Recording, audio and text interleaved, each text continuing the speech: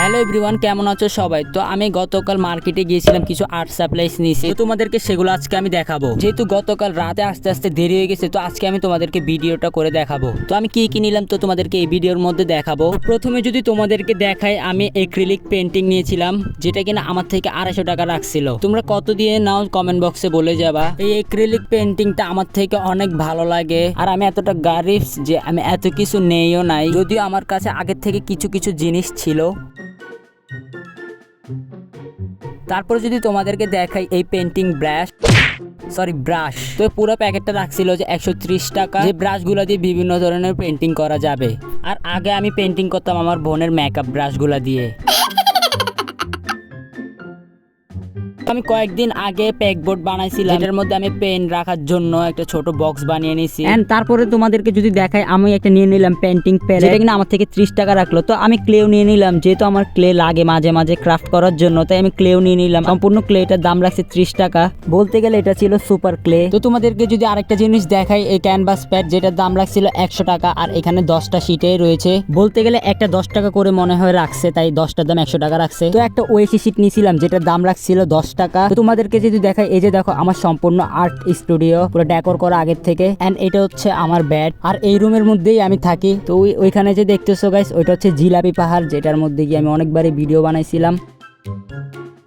তো গাইস, এখানে চাচ্ছি আমি অ্যাস্থেটিক ভাবে ডেকোর করবো, এটা আমার অনেক দিনের ইচ্ছে। এই জায়গাটা আমার থেকে ডেকোর করার জন্য অনেক ইচ্ছা করতেছে। তো তোমরা কমেন্ট বক্সে বলে যাও এই জায়গাটা ডেকোর করলে কেমন হবে। তো গাইস, তোমাদেরকে আবারও দেখাই, এই যে দেখো আমার আর্ট স্টুডিও। তো এটা আগের থেকে ডেকোর করা ছিল, মানে আমি বাসার মধ্যে পেকবোর্ড তারপরে পেন হোল্ডার এগুলো বানিয়ে আগের থেকে ডেকোর করে রাখছিলাম। এখানে আমার কিছু আর্ট ছিল।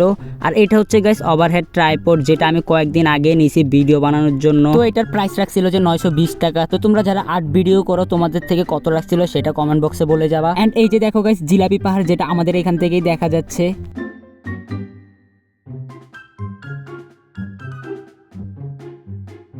আর আজকের আকাশটা একটু মেঘলা ছিল বেশি, মানে বৃষ্টি আসার সম্ভাবনা ছিল, বাট বলতে গেলে এই মেঘলা আকাশটা অনেক সুন্দর ছিল। তোমরা যারা যারা এখন আমার ইউটিউব চ্যানেলের মধ্যে নতুন আছো, তো তোমরা সবাই আমার ইউটিউব চ্যানেলটা সাবস্ক্রাইব করে দাও।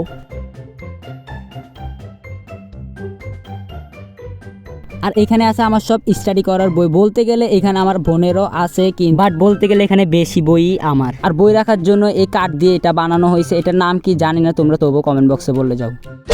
আর এখানে একটা রয়েছে অনেক সুন্দর কিউট শোপিস, যেটা অনেক সুন্দর কিউট লাগতেছিল। এটা একটা বার্থডে গিফট ছিল অনেক আগে। আর এই পেন হোল্ডারটা অনেক খালি খালি লাগতেছিল, তাই এখানে কি রাখবো বুঝতেছি না। তারপরে আমার কাছে একটা ঘড়ি ছিল, মানে আমার এই ঘড়িটা রাখতেছি এখানে। আমার ঘড়ির মধ্যে এটা আমার সব থেকে ফেভারিট ঘড়ি।